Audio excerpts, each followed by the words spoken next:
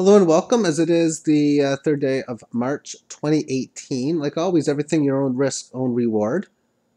And another one of the buy low, sell high coins that I do have is Core, K-O-R-E. And you can just see within the price what has happened. A huge green candle up, going from the 33 handle up to close to 90. So a tripling, not bad, not bad. I mean, it's had some decent gains before. And yeah, we'll take a look at this also against Litecoin. Because you know what? I had two sell orders get activated today. And I thought, you know what? I can start swing trading this against Litecoin with my sale that was just made. So therefore, the amount of Bitcoin that was received from both of the sell orders, I have already used to purchase a Litecoin with. Let's take a look at this on the spreadsheet that I have. And I've added the core, which is up 97% against the day against Litecoin, 128% for 10 days. It's basically triple from its 18 low. Its extension at about 100%. These are the areas we really want to sell at. So obviously it's a selling day with situations like this. But the order's already filled. So again, I thought, why not? And this is, why not just turn into Litecoin? So the amount of a core that was sold first was 15.35 and change, and then 13 more.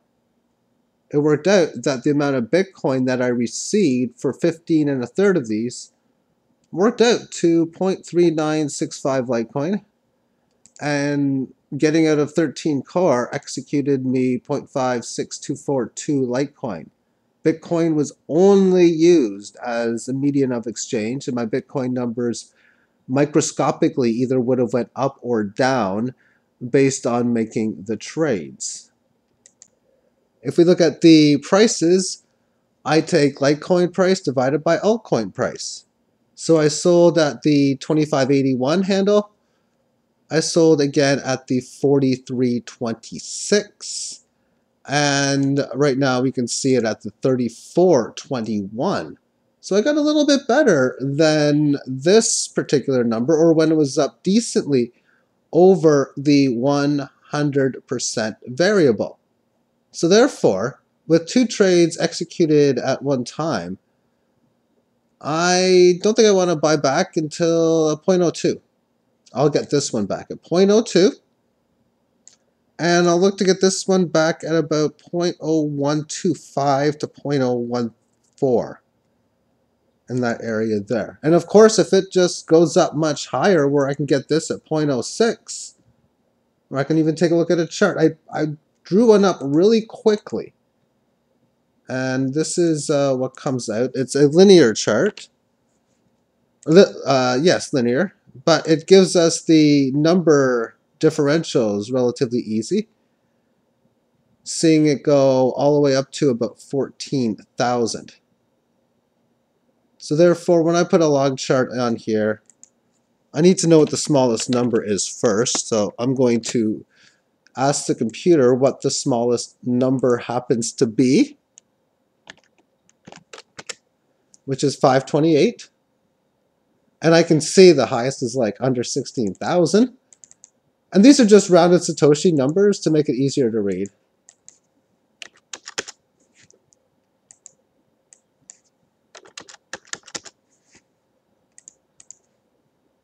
And I have to do this just to make the, I just do it like 0.01 every time. I want the numbers on the right hand side. I do not want this line. I want the numbers rounded to 0 decimals. And then I just normally get rid of that really fast. Okay. I guess it's time to do Fibonacci then. Let's see what the maximum on here is and do some math.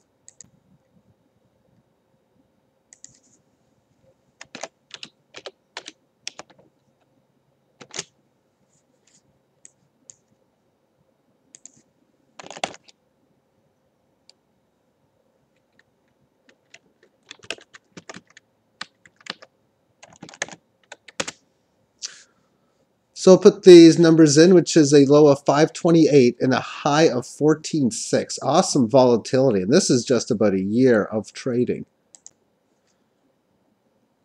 And the first numbers that come up are the 1420 number, which represents the double hit low that it pierced above. And well, the next number is 1880, 4220. So 1880 in here, 4220, which obviously I sold at that or above that. So it's a number that is matching this level of resistance. Interesting. So the next number on target is going to be somewhere near 7,000 even. That would be the next key number to look to sell at. But when it all comes down to it, if I'm able to get a price in at 0.02, I'm probably going to buy about, I would think, 25 of them. 24 to 25, because I know it's better than 50% off, and I could technically get about like 27 or 28. And that's what I'm looking for, is the wild swing movements that can enable me to get these massive swing plays that can increase both the alternate coin and then the Litecoin. Now, one of the key strategies that I think is really important is when it gets extremely sky high. So if this thing, and it's in this case, it's over 10,000, definitely 30 to 40, 50,000 for sure. If you have whatever you have, you just basically sell, and you do not look to buy back that extreme. So you're really looking to get Litecoin back. So you're looking to sell, say, 30,000 on a number, 40,000 even if it goes that high, and then not look to buy back much anyway until it goes to 10,000, and ensure that you profit the Litecoin base, so that, well, basically say you make on the way up, you basically buy, I don't know, 5 Litecoin, whatever. And then it goes back down. Well, now you're getting maybe around the same or a little more, but whatever it is, maybe you're only going to spend 3 of those 5 Litecoin, or 3.5 of them, and then profit take the other 1.5 or 2.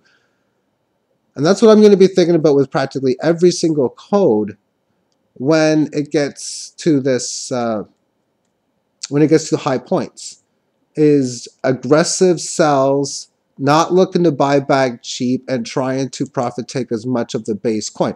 I'm also thinking about literally trading everything that I have exclusively against Litecoin, which would mean, as far as my Bitcoin balance is concerned, it would only be a measure to buy and sell things with. It wouldn't even really be a buying item, because every single time I use it to, say, buy things like gift cards, I can use Litecoin. Silver, I can use Litecoin. And then when I buy things like Cliff High's WebBot reports, he'll give me a choice of which coin I want to pay. And, well, it ain't going to be Bitcoin, that's for sure. It'll either be Litecoin or Dash, or something that's efficient and cheap to sell. Dash is a very good coin, too, as far as its blockchain. I do like Dash.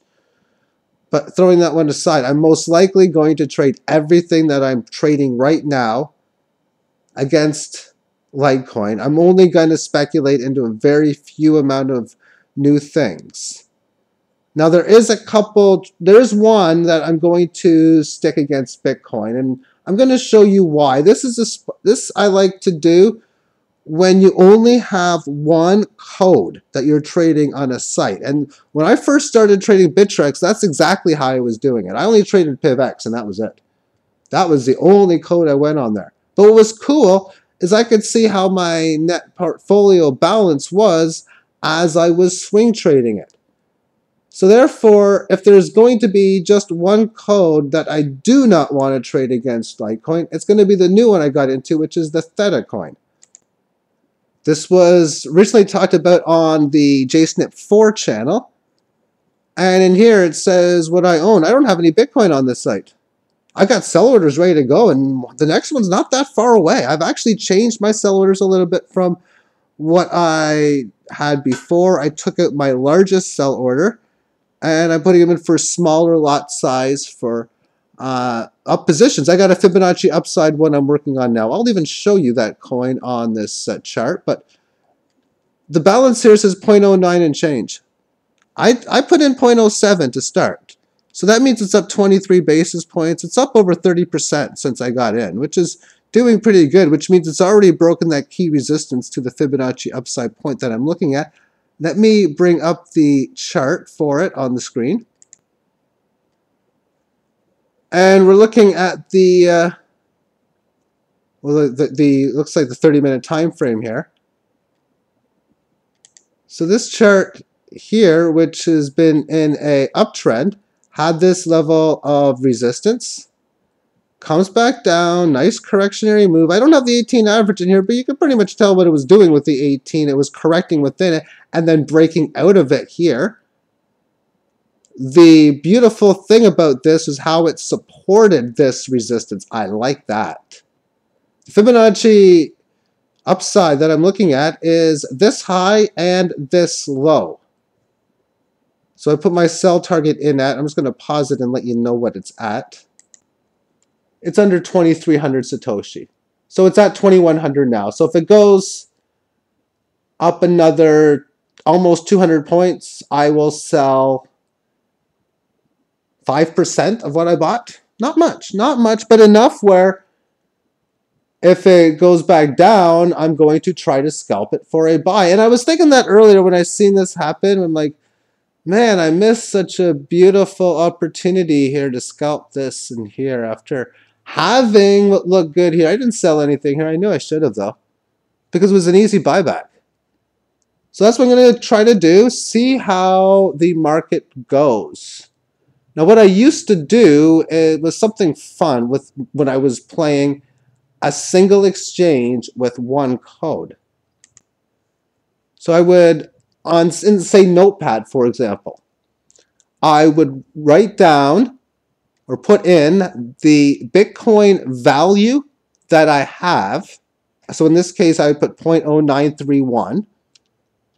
And then I would also put what the price was on the exchange in Satoshi. Because what I like to do and see was in situations when I would buy, sell, I would be like, wow, this is cool. Because I would notice that, say, for example, the market goes up, I sell 2 or 3 times, it goes back down, I buy some, that when the market approaches where it used to be, maybe a little bit below, that my estimated value would be at or barely above where it was at the high. And then you're seeing how well you can outperform the market. I did that with PivX. It was really cool to do. I also did that a little bit with Bella, but that was hard to do because when I was trading that on Poloniex, I was trading a few other things at the time as well. Anyway, thank you for tuning in and have yourself a magnificent day. Bye-bye.